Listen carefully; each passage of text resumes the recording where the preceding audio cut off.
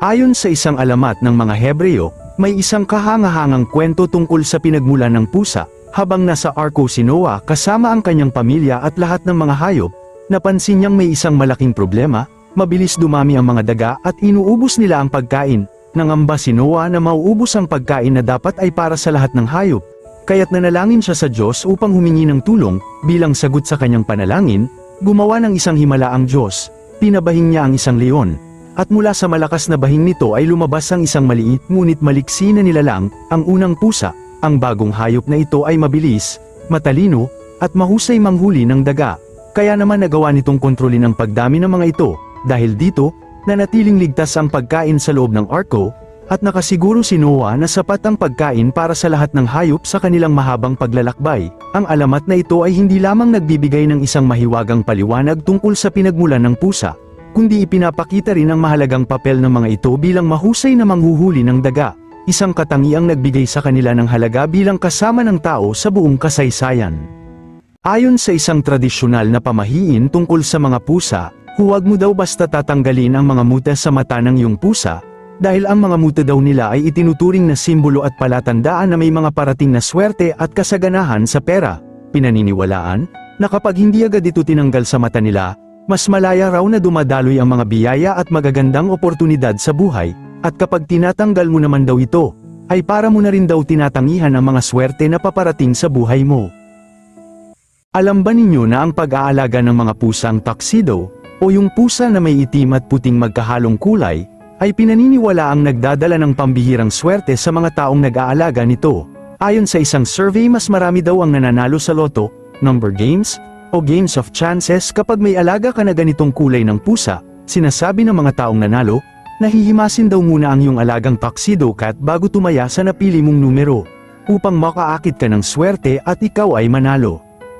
Alam ba ninyo, sa agham, ang mga lalaking calico o tricolor na pusa ay napakabihira, at tinatayang isa lamang sa bawat 3,000 calico cats ang lalaki. Ito ay dahil ang kombinasyon ng orange at itim na kulay ay nakaugnay sa X chromosome, kaya mas karaniwan itong makita sa mga babaeng pusa. Sa mga bihirang pagkakataon, ang isang lalaking pusa ay maaaring magkaroon ng XXY chromosomes, isang kondisyon na tinatawag na Klinefelter syndrome, na nagbibigay daan upang magkaroon nito ng calico na kulay.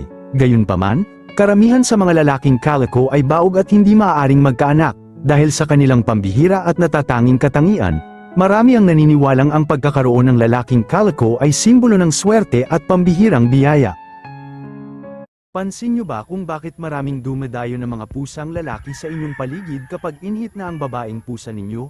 Ito ay dahil kayang makaamoy ng mga lalaking pusa mula sa napakalayong distansya na hanggang 3 milya o halos 4 na kilometro ang layo.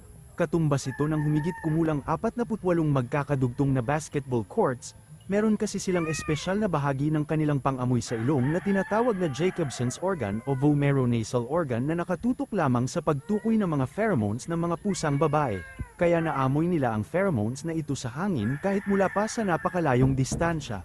May natatanging kwento at paniniwala ang mga matatandang nag-aalaga ng pusa, na kapag natutulog ka at meron kang pusa sa tabi mo, ay hindi ka daw malalapitan ng kahit anong di pangkaraniwang mga nilalang, dahil natatakot ang mga ito sa pusa. Bago pa man daw sila makalapit sa iyo, ay kailangan muna nilang mabilang lahat ang balahibo ng pusa sa kanyang buntot.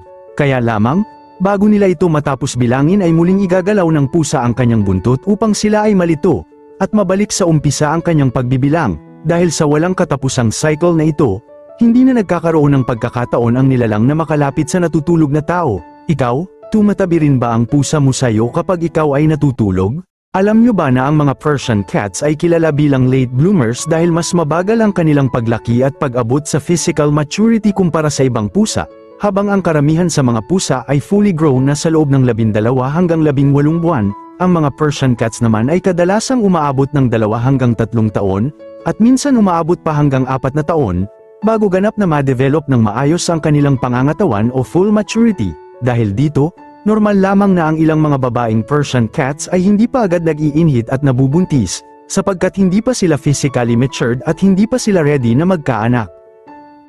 Alam nyo ba na ang mga babaeng walang bisyo, palaging nasa loob ng bahay, hindi palagala, at lalong-lalo na hindi nakikipagmaritisan sa mga kapitbahay, sila yung mga babaeng mahilig sa pusa, Sa halip na mag-aksaya ng oras sa mga bagay na walang kabuluhan, mas pinipili nilang maglaan ng panahon sa mga nilalang na nagbibigay sa kanila ng tunay na kaligayahan, tulad ng mga pusa.